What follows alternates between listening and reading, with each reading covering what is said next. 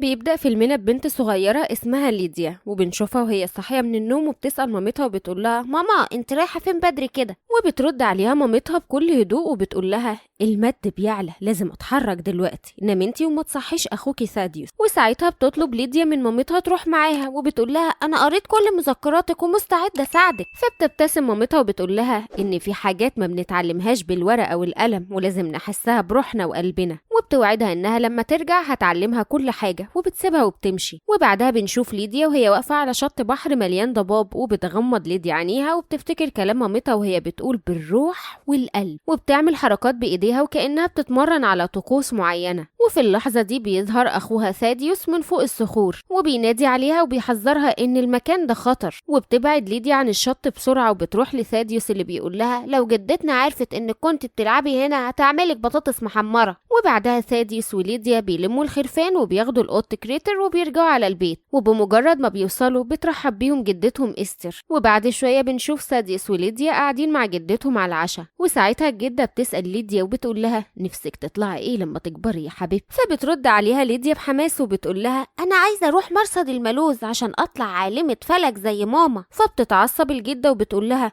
الطريق المرصود ده خطر جدا، وعشان توصلي لازم تعدي من بحر الضباب الملعون اللي خطف باباكي ومامتك وأطفال تانية كتير. وبتطلب منها الجدة تشيل الحوار بتاع السحر والمغامرات ده من دماغها خالص ويفضلوا في أمان على الجزيرة. وبسبب اللي حصل بتنهار ليديا وبتخرج بره البيت وهي زعلانة. وبالليل بنشوف ليديا قاعدة لوحدها تحت الشجرة وبتقرأ في مذكرات مامتها، وفي اللحظة دي بيروح لها ثاديوس وبيواسيها وبيطلع قلادة بتلمع وبيديها لليديا، وبنعرف إن القلادة دي بتاعت مامتها واسمها حجر الذكريات. وبتلبس ليديا القلادة وبتحس إنها أقوى ومستعدة لأي تحدي. وبعدها بيوعدها ثاديوس إنه هيكلم جدتها ويقنعها بموضوع مرصد الملوز. وتاني يوم الصبح بنشوف ليديا ماشية مع جدتها وبيشتروا جبنة من السوق، وساعتها بيقول لهم البياع إن ليديا شبه باباها بالظبط بس واخدة شجاعة مامتها. وفي الوقت ده بتسرح ليديا وبتقف تبص على بحر الضباب الغامض، لكن الجدة بتحذرها وبتقول لها البحر ده وراه خراب بيوت يا بنتي، بلاش تقربي منه. وبتعتذر لها إنها كانت قاسية معاها امبارح، وبتقول لها إن قلبها بيوجعها كل ما بتفتكر إن البحر ده هو اللي خطف أبوها وأمها. وفجأة بيضرب جرس الإنذار وبيصرخ الحارس وبيحذر الناس إن في عاصفة ضبابية جاية ناحية القرية. وساعتها الناس بتجري وبتدخل بيوتها وهم مرعوبين، وبتطلب الجدة من ليديا إنهم يرجعوا البيت بسرعة. وبمجرد ما بيرجعوا البيت بتفتكر ليديا إن أخوها ثاديوس لسه بره في المرعى، ومن غير ما تفكر بتجري ليديا وسط الضباب عشان تدور على أخوها. وفجأة بيظهر نور أخضر غريب في وسط العتمة، وبتتصدم ليديا لما بتشوف طيف مرعب بيسحب أخوها جوه بوابة غريبة. وهنا بتوصل الجدة وبتحاول تمنعها تقرب من النور ده، لكن ليديا بتعاند وبتقول أنا مش هسيبه ووعدك إننا هنرجع تاني. وبسرعة بتجري ورا أخوها عشان تنقذه وبينط وراها القط كريتر، بس للأسف بتتكعبل ليديا وبتقع جوه بحر الضباب المرعب. وبتفضل ليديا تنزل لتحت وسط الضباب لحد ما بتلاقي نفسها بتعوم في عالم سحر غريب زي أعماق المحيط، وبتشوف كائنات بتنور زي أناديل البحر. وبتفضل تنزل لحد ما بتوصل لقاع بحر الضباب، وبتلاقي الناي بتاع أخوها ثاديوس وبتعرف إنه كان هنا. وساعتها بتشوف كائنات بحرية كتير، وبتسمع ليديا همسة غريب، وفجأة بتظهر لها خيالات لأمها وأخوها وجدتها، وبيحاولوا يأثروا عليها عشان تستسلم لليأس وتروح معاهم. وبتحاول ليديا تهرب منهم بس فجأة بيغمى عليها وبتنزل لأعماق أبعد. وفي الوقت ده بيفوقها القط كريتر، وبعدها بتلمح ليديا قارب صغير منور بيقرب عليها، وبمجرد ما بتمد ليديا ايدها وبتلمس القارب ده بيسحبها فجأة وبتلاقي نفسها فوق سفينة كبيرة. وبمجرد ما بتفتح ليديا عينيها بتلاقي نفسها رجعت للواقع، وبتشوف طاقم السفينة مهيصين وبيغنوا كأنهم داخلين فرح مش بيواجهوا عاصفة. وبعدها بتظهر عالمة فلك بتعمل حركاتها السحرية، وبنعرف بعدها ان اسمها أمبروزيا،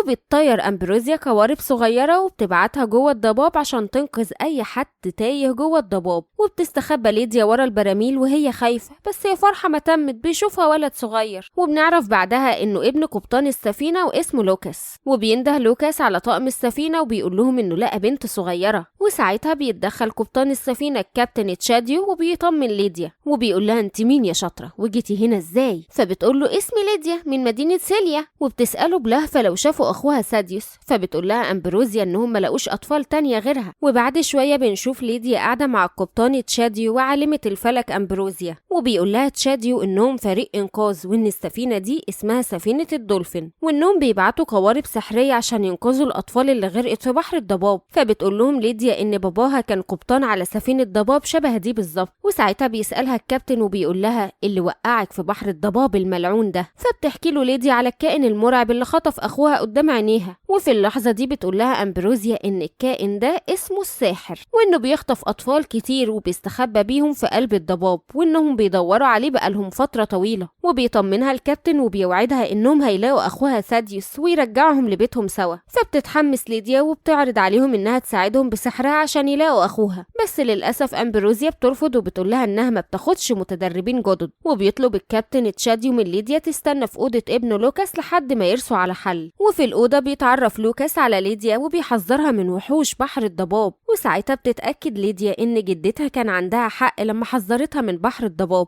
وبتقول إن الضباب ده بيخلي الناس تشوف أسوأ ذكرياتها. وبالليل بنشوف ليديا ماسكة ناي أخوها وهي نايمة وبصة للقمر من الشباك، وبتتمنى إن الجدة إستر تكون بخير وفي أمان. وتاني يوم الصبح كابتن تشاديو بيأمر الطاقم إنهم يستعدوا للإبحار، وبسرعة بيرفعوا شراع السفينة وبيتحركوا وسط الضباب.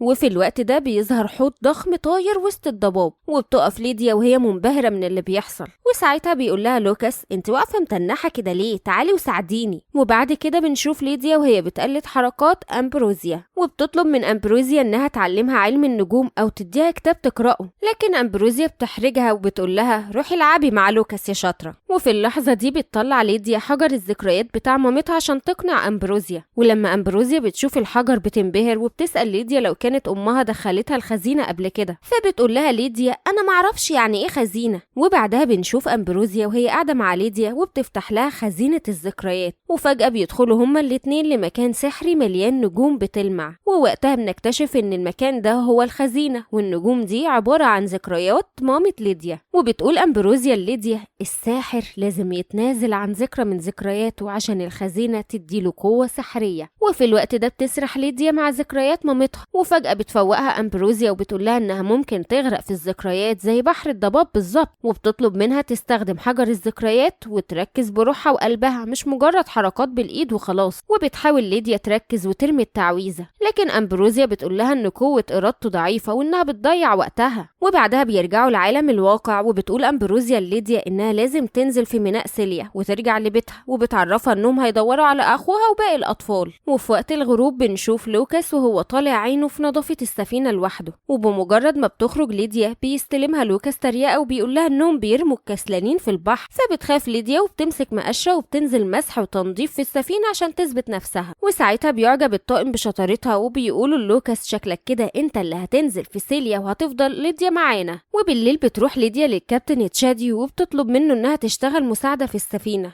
لكن الكابتن بيعتذر لها وبيقول لها انها لازم ترجع لبر الامان زي ما قالت أمبروزيا. وساعتها بتتعصب ليديا وبتقول ان أمبروزيا مش طايقاها ومش مهتمة باخوها اللي اتخطف. وفي الوقت ده بينادي كابتن تشاديو على لوكاس وبيخليه يمسك دركسيون السفينة. وبيروح الكابتن يتكلم مع ليديا وبيقول لها ان بحر الضباب اخد ابن أمبروزيا، وان أمبروزيا هي اللي نظمت الرحلة دي، وانه متأكد انها هترجع اخوها مع باقي الاطفال. وبعدها بنشوف ليديا قاعدة فوق ساري السفينة لوحدها وبتبكي. وبمجرد ما بيلمحها لوكاس بيروح يواسيها وبيقول لها انه شاف الساحر اللي بيخطف الاطفال مرة واحدة بس وسط عاصفة ضبابية. وبيكمل لوكاس كلامه وبيقول لها ان ساحر الضباب الشرير ده بيسرق ذكريات الاطفال عشان تديله قوة سحرية. وساعتها بتترعب ليديا لما بتتخيل ان اخوها ثاديوس ممكن ينساها، وبتقرر انها لازم تتصرف قبل فوات الاوان. وبعدها بتنزل ليديا من على السلم وبتتسحب جوه اوضة أمبروزيا وبتسحب شوية كتب لونها بنفسجي. وبالصدفة بتلمح ليديا صورة قديمة لأمبروزيا مع ابنها محطوطة على المكتب. وفجأة بيقتحم لوكاس الأوضة وبيقول لها لو أمبروزيا شافتك هنا ممكن تحولك لتراب أساطير. وبتستغل ليديا الفرصة وبتدي الكتب للوكاس وبتقول له هات الكتب دي وحصلني على الأوضة بسرعة.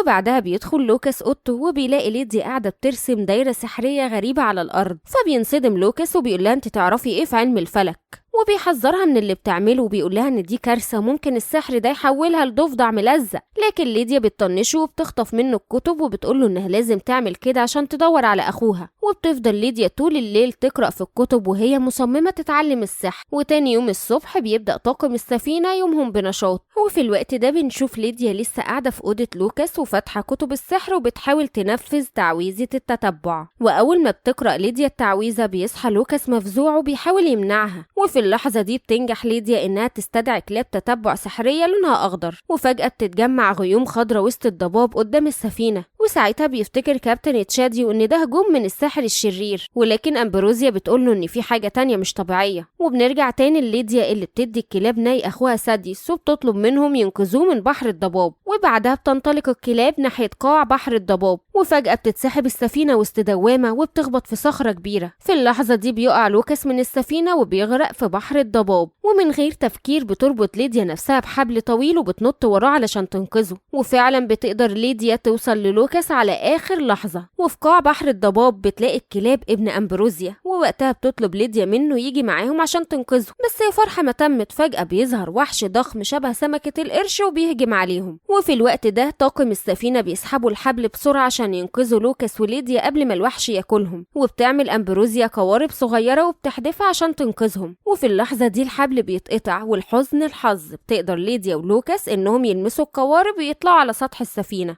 وبعدها أمبروزيا بتلوم ليديا على اللي عملته وبتقولها بسببك كنا هنضيع كلنا، وبتقرر أمبروزيا إنهم يروحوا على مرصد المالوز عشان يصلحوا السفينة. وبمجرد ما بتسمع ليديا الاسم بتنبهر جدا، لكن أمبروزيا بتحذرها إن المرصد ما ينفعش فيه تهور وإن الغلطة هناك بفورة. وتاني يوم بتوصل السفينة لمرصد المالوز، وساعتها بتنبهر ليديا جدا بالمكان، وبتعتذر لأمبروزيا عن اللي حصل بسببها، وبتطلب منها ما تعرفش عميد المرصد اللي حصل، وبتقولها إن نفسها تطلع عالمة فلك وتتعلم سحر النجوم. وبتحس ليديا بالإحراج لما بتكتشف إن أمبروزيا هي نفسها عميد المرصد، لكن أمبروزيا بتلطف الجو وبتقولها إنها تعرف مامتها إيشارة، وبتطلب منها تيجي معاها داخل المرصد. وجوه المرصد بتقول أمبروزيا لليديا إن مامتها إيشارة كان سحرها نقي وكانت عالمة فلك شاطرة. وبتكمل أمبروزيا كلامها وبتقولها إنها حاسة إنها فيها قوة إرادة مامتها، وبتدي أمبروزيا فرصة تانية لليديا عشان تتواصل مع حجر الذكريات. وفعلا بتنجح ليديا المرة دي إنها تتواصل مع ذكرياتها، وبتقولها أمبروزيا إن ذكريات الطفولة هي أنقى ذكريات، عشان كده الساحر بيسرق ذكريات الأطفال. وفجأة بينتشر ضباب أخضر حواليهم، وبيظهر مايل ابن أمبروزيا، لكنه بيكون تحت تأثير السحر وبيطلع الناي بتاع ساديوس، وده عشان يقنع ليديا تروح معاه. وبيحس مايل بالغيرة منها وبيقولها إن مامته استبدلته بيها، ولما بتحاول ليديا إنها تقنعه إنه يرجع لمامته اللي لسه بتحبه، بيقولها مايل إن الذكريات ما بقتش مهمة بالنسبة له لأنه نسي كل حاجة. وبنكتشف ساعتها إن مايل كان نفسه يبقى عالم فلك، لكن مامته أمبروزيا كانت دايما بتقلل من قدراته وبتقوله إن قوة إرادته ضعيفة وإن عمره ما هيتعلم، وعلشان كده مايل اتعلم سحر الضباب وحوله لساحر شرير. وساعتها بتحاول ليديا تقنع مايل إنه يساعدها تلاقي أخوها وباقي الأطفال، لكنه بيتعصب وبيقول لها أمي فضلتك عليا، وبيطلق موجة سحر أخضر عليها. وبسرعة بتتدخل أمبروزيا وبتسحب ليديا من الذكريات عشان تحميها، وبتعتذر لها وبتقول لها إنها حاسة بالذنب من اللي وصل ليه ابنها. وبالليل بتسمع ليديا صوت عزف الناي وهي نايمة، وبتصحى من النوم تدور على مصدر الصوت، وفجأة بتشوف بوابة خضراء وسط الضباب وبتتسحب ليديا ناحيتها. ووقتها بيلاحظ القط كريتر إن ليديا مش طبيعية، وبيروح يصحي لوكاس عشان يساعدها. وفعلا بيصحى لوكاس وبيشوف ليديا بتتسحب جوه البوابة، وبسرعة بيرمي ليها قارب نجاة لكنها مش بتستجيب. وساعتها بيقرر لوكاس إنه يروح ينقذها بنفسه، لكنه بيتسحب معاها جوه البوابة وبيوصل لأعماق بحر الضباب. وساعتها بيطلب لوكاس من ليديا ترجع معاه للسفينة. في اللحظة دي بتسمع ليديا صوت الأطفال وبتقرر تروح تنقذهم، وبيلحقها لوكاس. وفجأة بيلاقوا قدامهم أطفال كتير بتلعب ومبسوطين، وبتقرب ليديا من بنت صغيرة وبتسألها عن مكان أخوها ساديوس، فبتقول لها البنت إنها ما تعرفش حاجة عنه.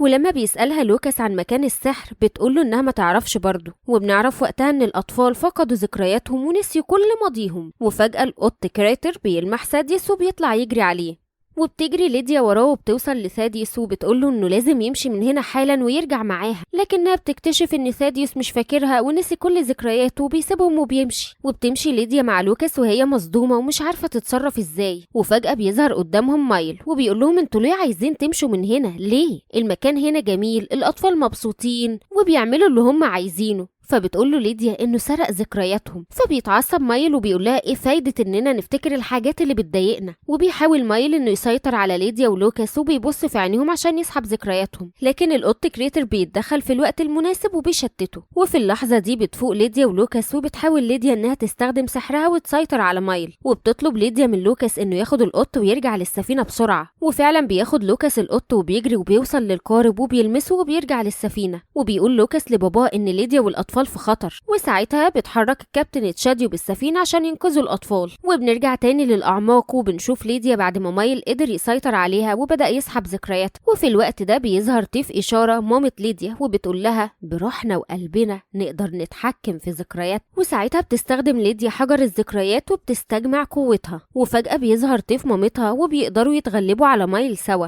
وبنرجع للسفينة وبنشوف الكابتن تشاديو وباقي الطاقم وهم بيقاوموا العاصفة. وفي الوقت ده بتقدر أمبروزيا تكشف مكان ليديا والأطفال. وفي الوقت ده بتقدر ليديا تسيطر على مايل وبتسحب منه الذكريات وبترجعها للأطفال مرة تانية. وبيرجع ساديوس وبيدي مايل فوق دماغه وبيوقعه على الأرض، وبيكون فخور بأخته وبيقول لها انت بقيتي عالمة فلك حقيقية. وفي الوقت ده بيفوق مايل وبيحاول يسيطر على الأطفال مرة تانية، لكن أمبروزيا بتبعت لهم القوارب بسرعة. وبترجع ليديا وساديوس والقط وباقي الأطفال للسفينة، وبعدها بترمي أمبروزيا قارب لابنها مايل عشان ينقذ نفسه، بس للأسف بيرفض مايل إنه يلمسه وبيفضل محبوس في بحر الضباب. وساعتها بيزعق الكابتن وبيقول احنا لازم نتحرك حالا ونطلع على السطح. وتاني يوم بترجع ليديا وساديوس للجزيرة عند جدتهم اللي بتطير من الفرحة وبتاخدهم في حضنها. وبعدها بتطلب ليديا من جدتها انها تروح لمرصد المالوز عشان تدرس علم الفلك، واخيرا بتقتنع الجدة وبتوافق. وبعدها ليديا بتركب السفينة مع أمبروزيا وبتتمنى لها تشوف ابنها من تاني. وفي اللحظة دي بتتحرك السفينة بيهم في طريقها لمرصد المالوز. وبكده بتخلص حكايتنا النهاردة، بس حكايات موفي تونز ما بتخلصش. وعلشان يوصل لك كل جديد ما تنساش تشترك في القناة وتفعل الجرس، وما تنساش لو بتحب الكرتون يبقى مكانك موفي تونز.